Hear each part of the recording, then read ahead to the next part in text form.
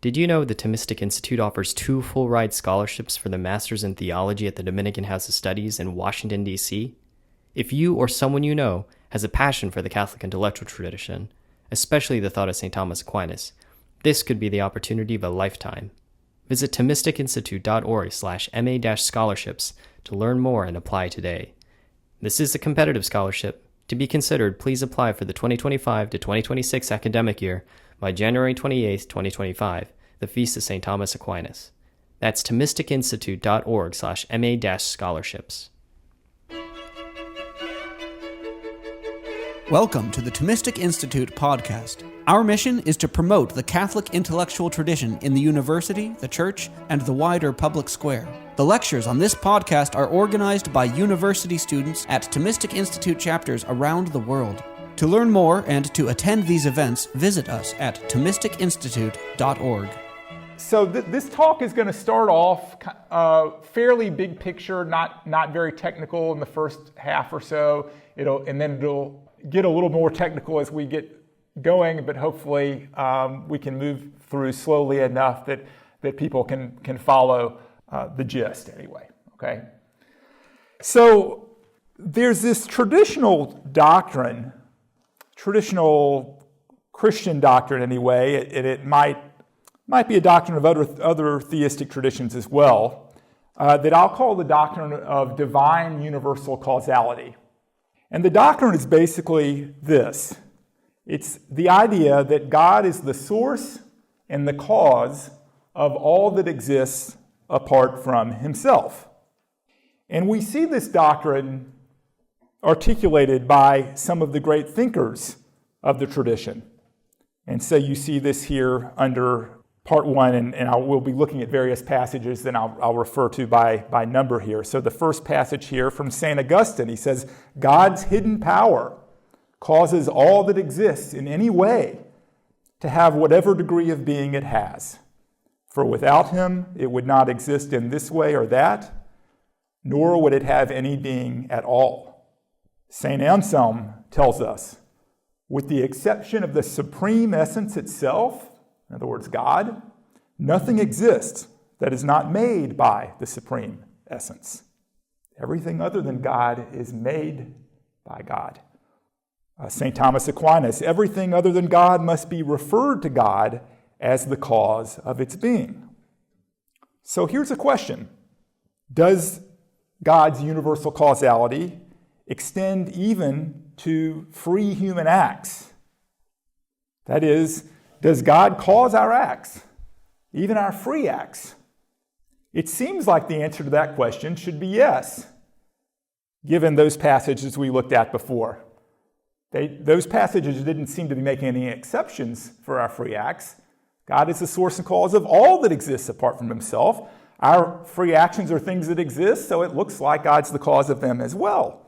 But I'm guessing, if I were to poll most of you when you walked into the room, whether you thought that our acts could be free, if God caused them, you would say no. And you wouldn't be alone in thinking that. Here's a passage from Alvin Plantinga.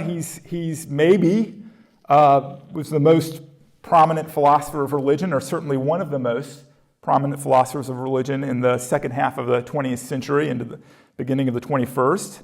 Plantinga expresses this sort of thought that I'm guessing many of you would have. He says, if I am free with respect to an action A, then God does not bring it about or cause it to be the case, either that I take or that I refrain from this action. For if he brings it about or causes it to be the case that I take A, then I am not free to refrain from A, in which case I am not free with respect to A. So our actions, in other words, can't be free if God causes them, if God brings them about, Plantinga seems to be saying. But that's not the view of major thinkers within the Catholic Christian tradition.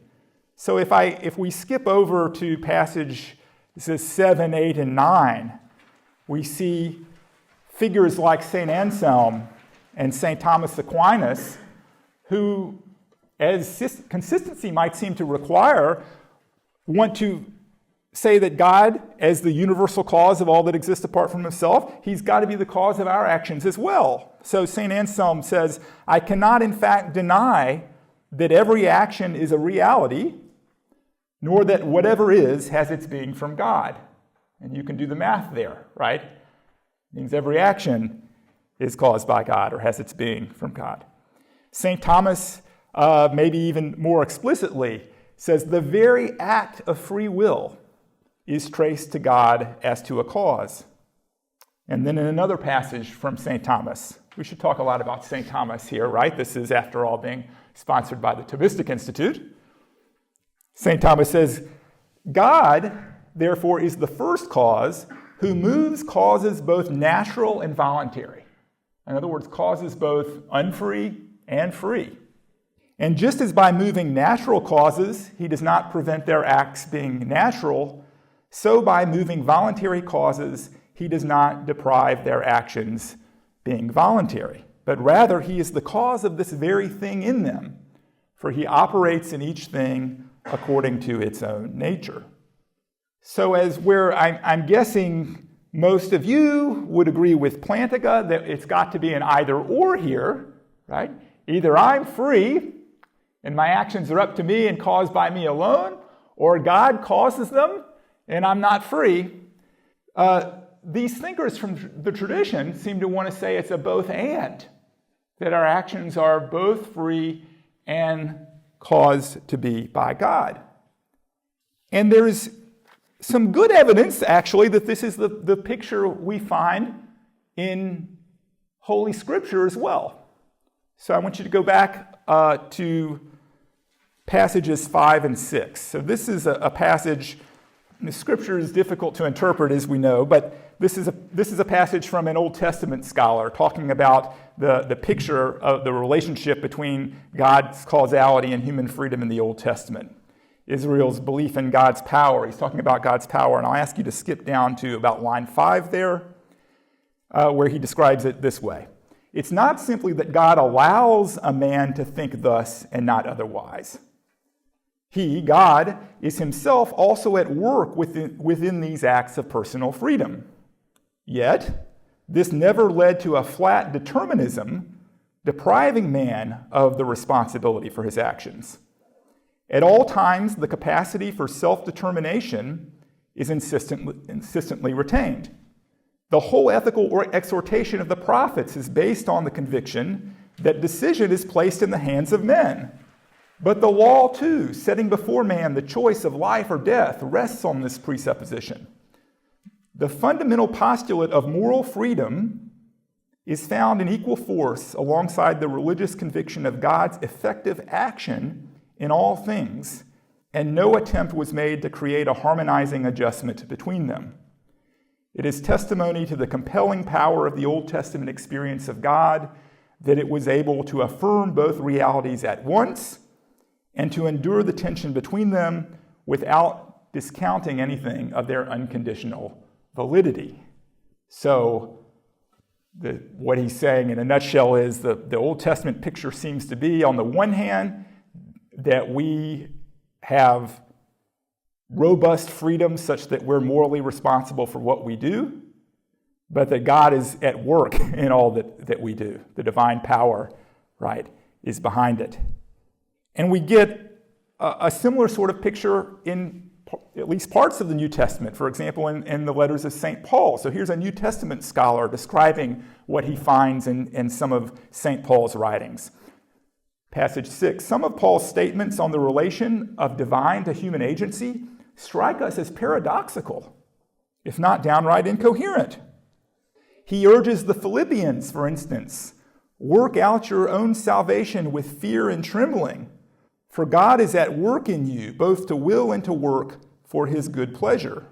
In statements such as this, we are perplexed by the juxtaposition of two agencies, that of the Philippians, the recipient of Paul's exhortation, who are clearly responsible for their work, and work here broadly is just there for what they do, for their actions, and then of God, whose work is taken to be not independent of theirs, but in some sense the source of their action, even of their will to act.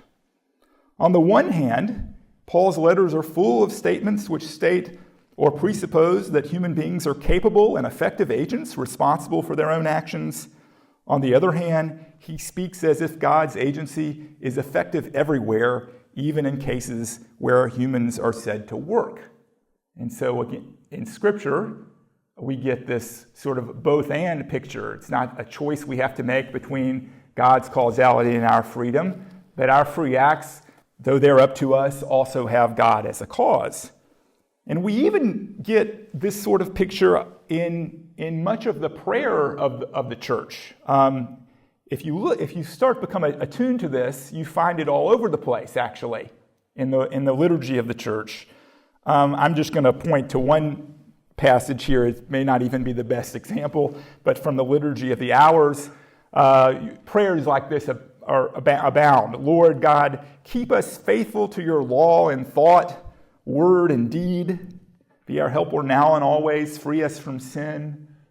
You might ask, how can God keep us faithful to his law in thought, word, and deed if what we do, our deeds, are up to us, right, alone, and not also in some way up to him, right? It seems like we'd be asking God to do something that it's not, within his gambit to do.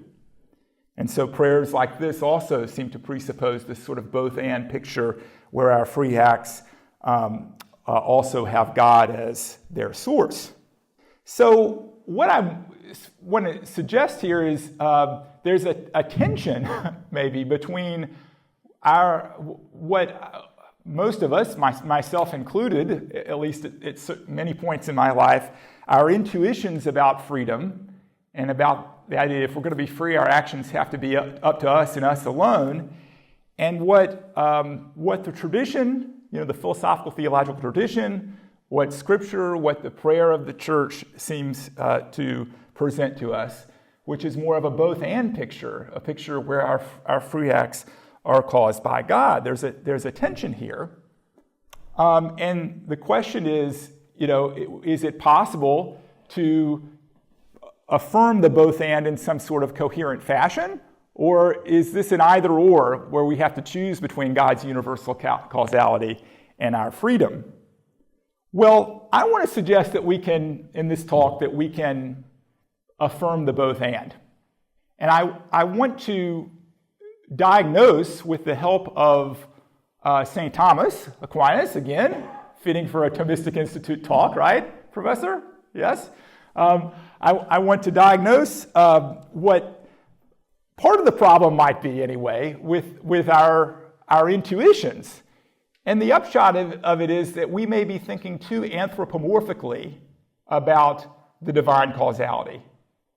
St. Thomas is not himself oblivious to the kinds of problems that Plantinga raised for reconciling these two things and that many of us might feel. He's not oblivious to that. He actually entertains such objections to himself, and it's interesting to see how he diagnoses them. So if you look on passage 9 on the handout, this is St. Thomas from his commentary on a work of Aristotle, but he says, if God's providence is the cause of everything that happens in the world, it seems that everything must happen the way it does. Firstly, because he knows it, and his knowledge cannot be mistaken, so that what he knows must necessarily happen, and perhaps more relevant to the particular talk tonight, secondly, because he wills it, and his will can't be ineffective, so everything he wills, it seems, must necessarily happen. So he recognizes a potential objection to affirming the both-and. But then he's going to give a diagnosis. He says, but these objections depend on thinking of knowledge in God's mind and the working of God's will on the model of such activities in us when they are in fact very different. These objections depend on thinking of God's knowledge and the working of God's will on the model of such activities in us when they are in fact very different. In other words, the problem here is that we've got too anthropomorphic a conception of God's agency, of God's causal agency. And what I am going to be doing here in a bit is presenting, I think, a kind of popular way of thinking about God's agency that models it on our own, that is anthropomorphic, and that has the consequence that we are not free if our actions are caused by God.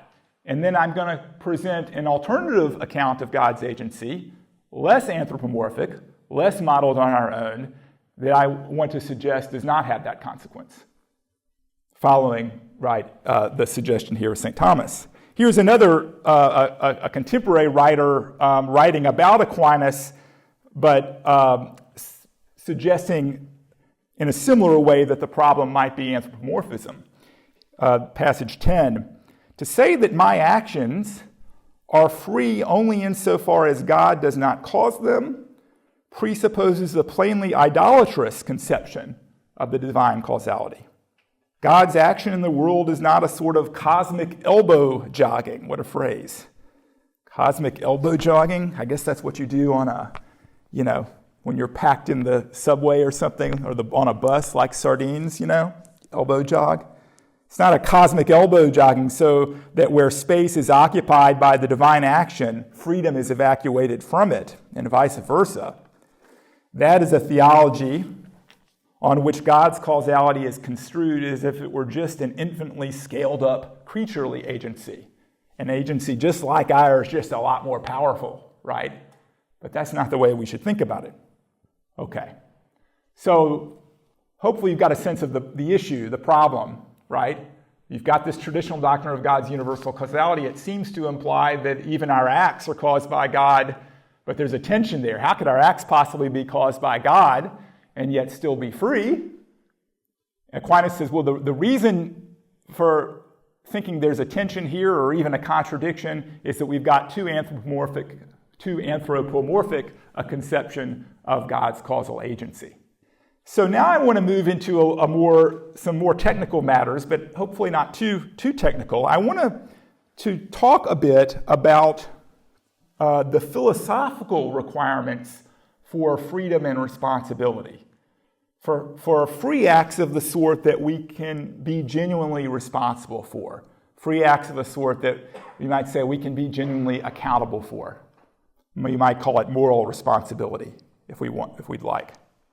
And in thinking about these requirements, I'd like to use what I think is a fairly strong, what for some of you who've studied free will issues might recognize as an incompatibilist or a libertarian conception of freedom, where we might say that an act is responsibly free if and only if it is done intentionally or on purpose, and it is within its agent's control or up to its agent whether the act occurs. So my act can be something that I'm responsible for and free in that sense only if I'm doing it intentionally or on purpose, and it's up to me whether or not my act occurs. It's within my control whether it occurs. That seems one not implausible requirement for an act to be responsibly free.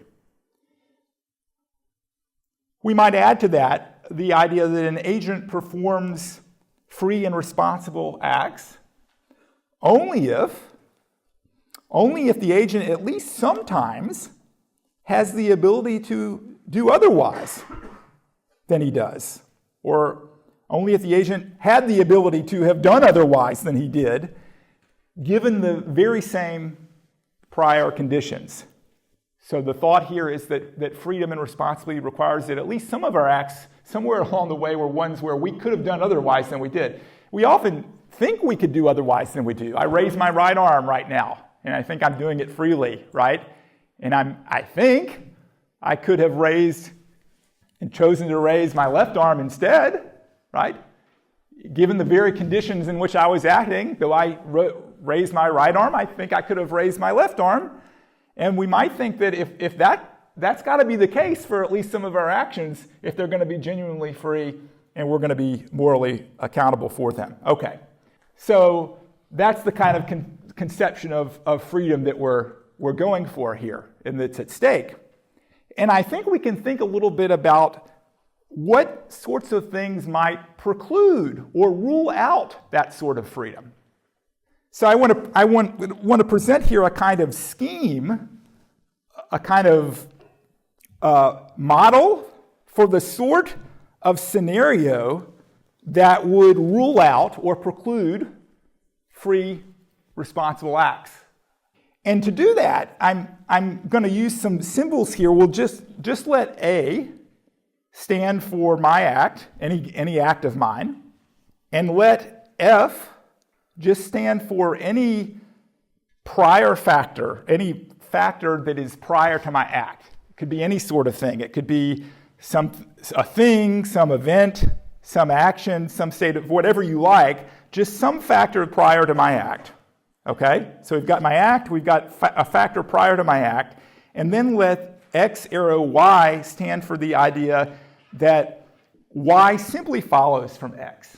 In other words, that there's no possibility that X occurs without Y's occurring. Okay? So here's the sort of situation where we might think that our action couldn't possibly be free. Okay?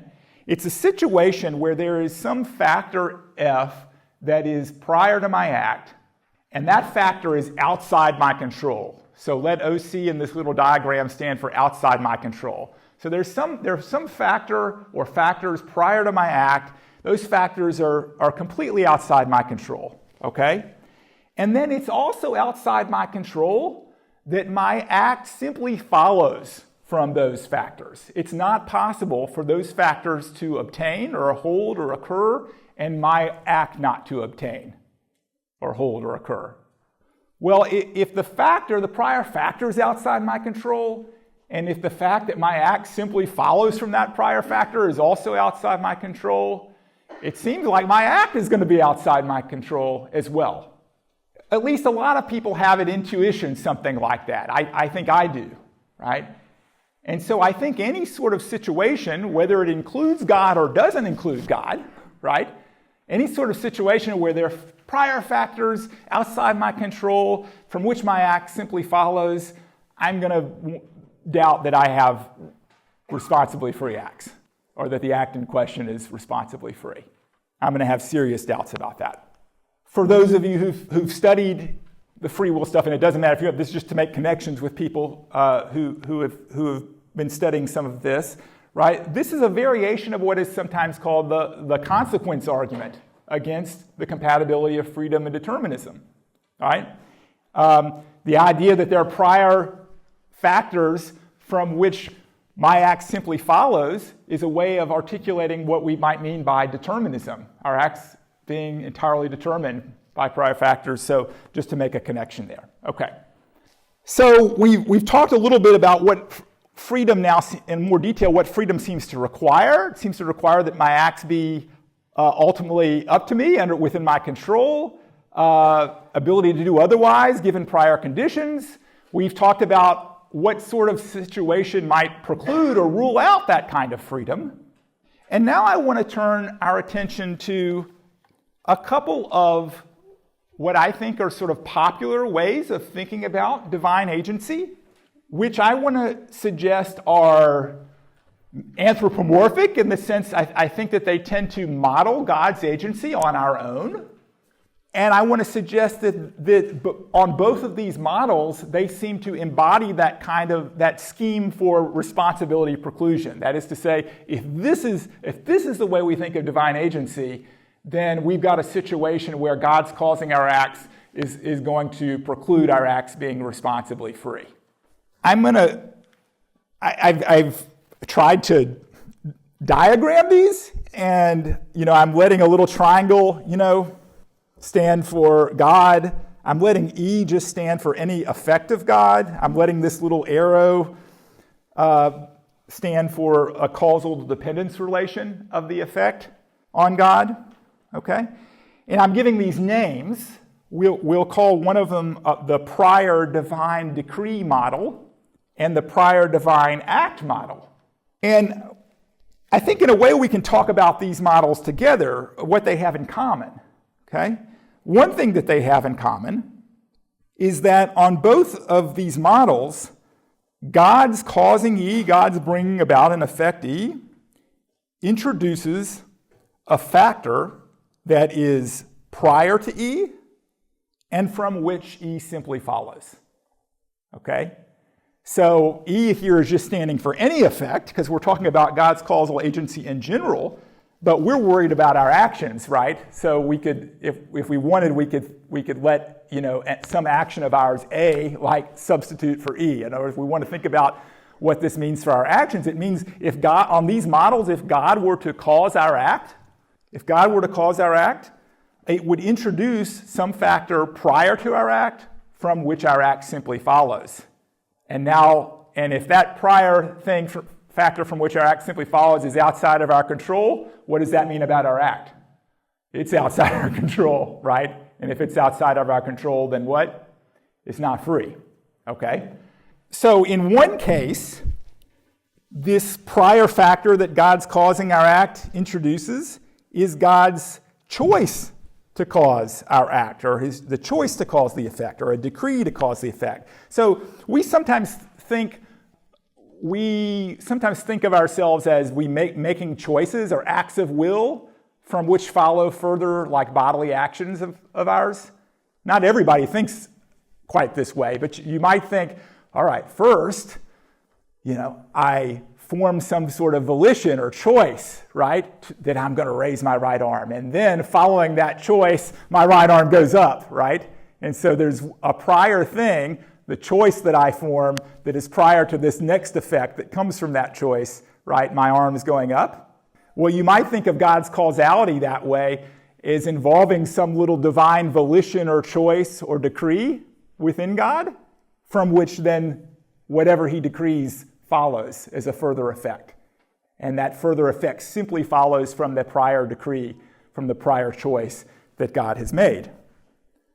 So you can see how this might be an instance of modeling God's agency, God's will on ours, on the way it might work for us, right?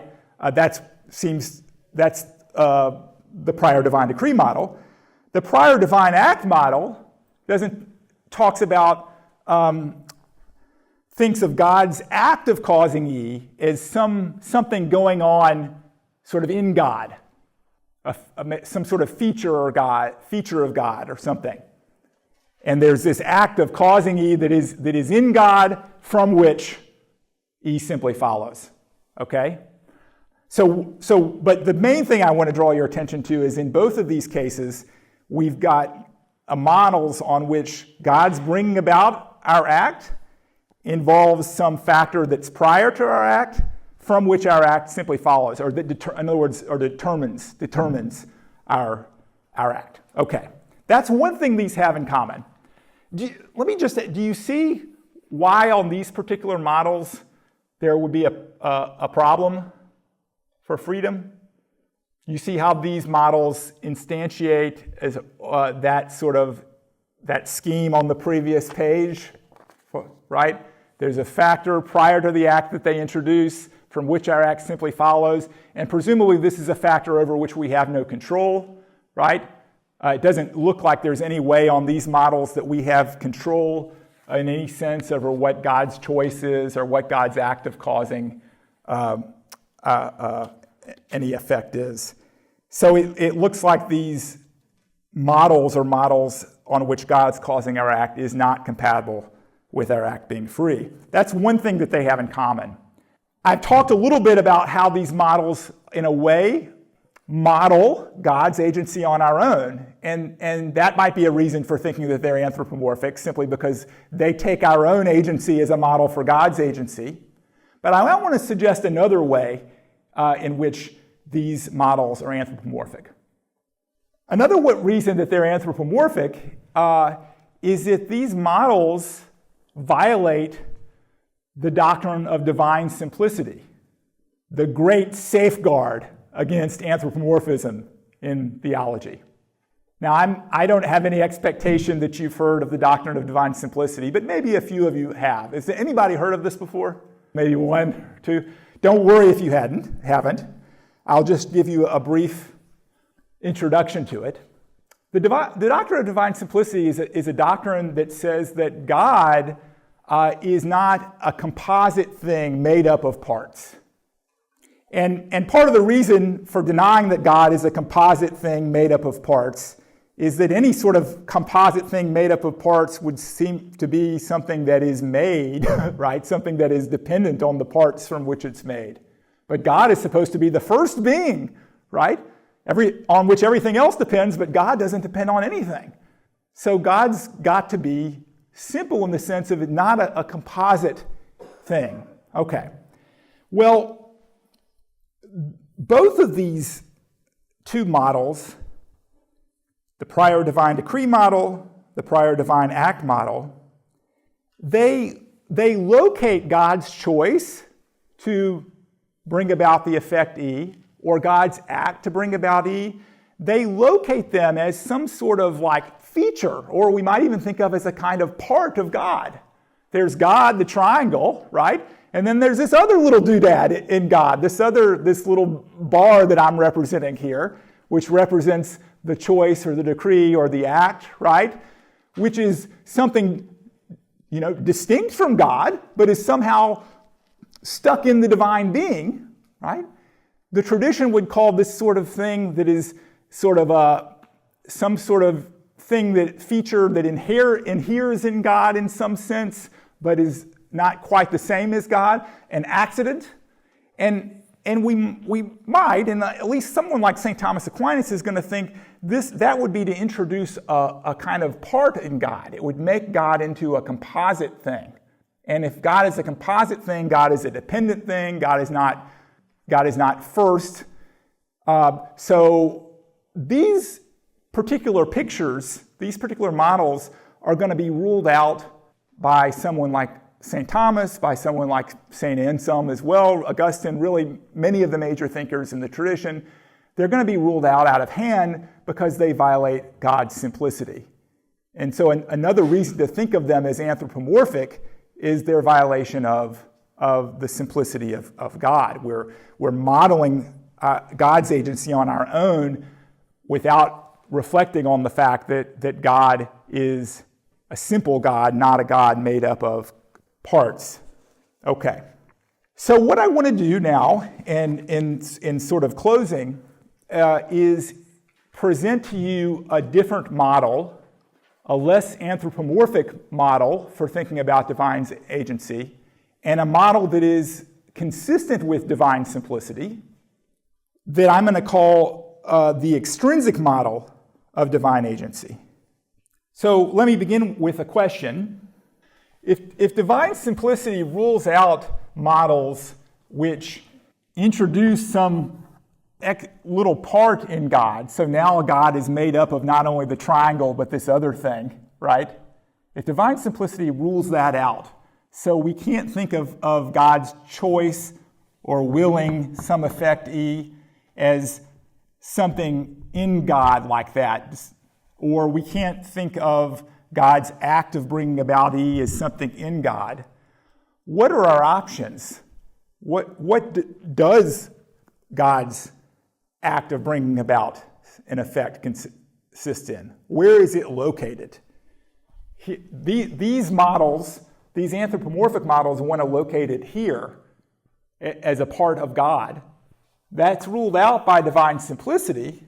Well, Aquinas, in many texts, right, seems to want to locate God's act of bringing about an effect E, or we might say God's act of creating E, extrinsic to God, outside God. So he will say in certain places that creation, the act of creation, just is the created effect with its relation of dependence on God. So where does that put the act of creation? Is it here? Up here is in God, as a part of God? No, it's here. It's extrinsic to God. Let me ask you a question. That's a pot of water. This is water, okay? This is fire, right?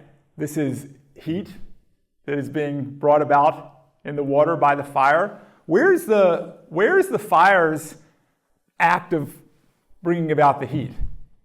Okay, it's here, right? Or at least if Aristotle is right, it's here. I mean, obviously, this is maybe a debated issue, but Aristotle, right, and Aquinas following him, has this slogan: the action of the agent, in other words, the action of the cause, is in the patient. The patient is the thing in which the effect is brought about. And so the idea here is that the fire's action of bringing about heat and water, it's not like some little thing in the fire. It's actually the heat brought about in the water insofar as it depends on the fire. And so the location of the fire's act of heating is in the water, not in the fire. So even apart from theological concerns, philosophers, pagan philosophers, like Aristotle, had this idea that the causality of an agent is not located up in the agent, right? But it's located actually as in the effect insofar as it depends on the agent. Well, it turns out that this way of thinking about creation as the effect insofar as it depends on God as being extrinsic, right, outside God, fits divine simplicity perfectly, because it doesn't involve adding some new part to God, which would make God a composite thing. So we are borrowing this idea from Aristotle that gets the act of creation outside of God. So what is the God's act of causing E consist in on this view? It consists just in the effect with its relation of dependence on God. So what does God's causing my act consist in on this view? It's just my act insofar as it depends on God. So on the anthropomorphic models, they want to put God's creative act up here as a kind of part of God. In the model I'm suggesting, God's creative act is extrinsic to God, outside God. It's the act with its dependence on God. All right. And now I'm coming into the home stretch. All right. So if we think about divine agency in this way, and God's causal acts as being extrinsic to God, then I think we have a model on which God's bringing about our act does not introduce a factor that is both prior to our act and from which our act simply follows. And since it doesn't introduce any factor prior to our act from which our act simply follows, it doesn't introduce any such factor that's outside our control, and so it doesn't introduce a factor that is going to preclude our acts being free. Show me. Okay. How does it not introduce a factor that is prior to my act from which my act simply follows?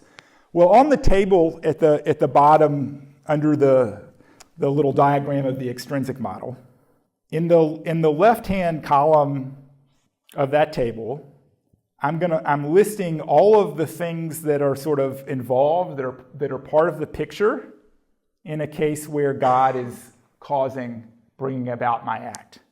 Okay? So what all is involved? Well, God is going to be on the scene, right? My act is going to be on the scene. God's act of causing my act is going to be on the scene. God's choosing my act is on the scene. And then the causal dependence relation of my act to God is on the scene. So all these things are there in the picture, right? And what I want to now suggest is that none of these items is both prior to my act and something from which my act simply follows. So God is prior to my act because he's the cause, and causes are prior to their effects, okay? So God is prior to my act, is the cause of my act. But does my act simply follow from God? Is it? Let me ask you this. Is it possible for God to exist without causing my act, do you think? See some people nodding. It's possible for God to exist without causing my act. So my act doesn't simply follow from God, right? My act's not that important. None of ours is, right? So God could exist without my act existing. My act isn't simply determined by God's existence. It doesn't simply follow from God. So God's prior to my act, but my act doesn't simply follow. My act is on the scene. Is it possible for my act to exist without my act existing? Okay, no. So my act simply follows from the act in the sense that I mean here, that it's not possible for my act to obtain without my act obtaining. What about God's act of causing my act? Can this thing, right? Can this thing exist without my act existing? No, okay, you're nodding in the right direction. It can't, right? Because, of course, God's act of creating my act includes, as a way, my act with its relation of dependence. So God's act of causing my act on this picture, that can't exist without my acts existing. But let me ask you this. Is God's act of creating or causing my act, is it prior to my act on this picture? It's not prior, is it? Because God's act of creating my act partially consists in my act, right? So it's not prior. On this picture, neither is God's willing my act, because God's willing my act or choosing my act really is just his creating or causing my act to exist for a reason.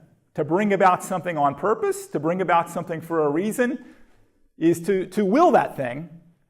So this is also God's willing my act, but it's not prior to my act. God is, but God's act of willing my act isn't. Okay. So just to summarize, on this extrinsic model, unlike the two previous models that were anthropomorphic and that violated divine simplicity, on this extrinsic model, when God brings about my act, that doesn't introduce any factor that determines my act contrary to freedom. It doesn't introduce any factor that's prior to my act from which my act simply follows. And so it doesn't introduce any factor prior to my act from which my act simply follows that's outside my control in a way that would preclude freedom and responsibility. So there's a lot of technical detail here. Some of you may have followed it, some of you struggling to follow it, depending on your backgrounds and so forth.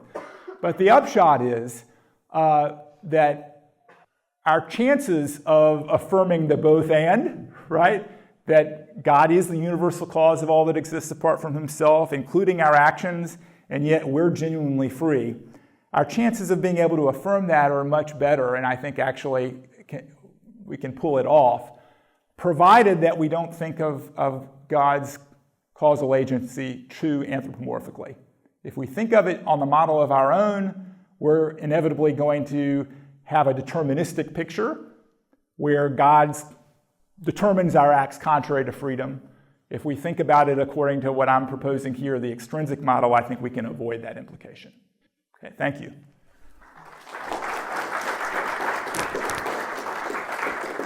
Thanks for listening to this lecture on the Thomistic Institute podcast. The generosity of people like you makes this podcast possible.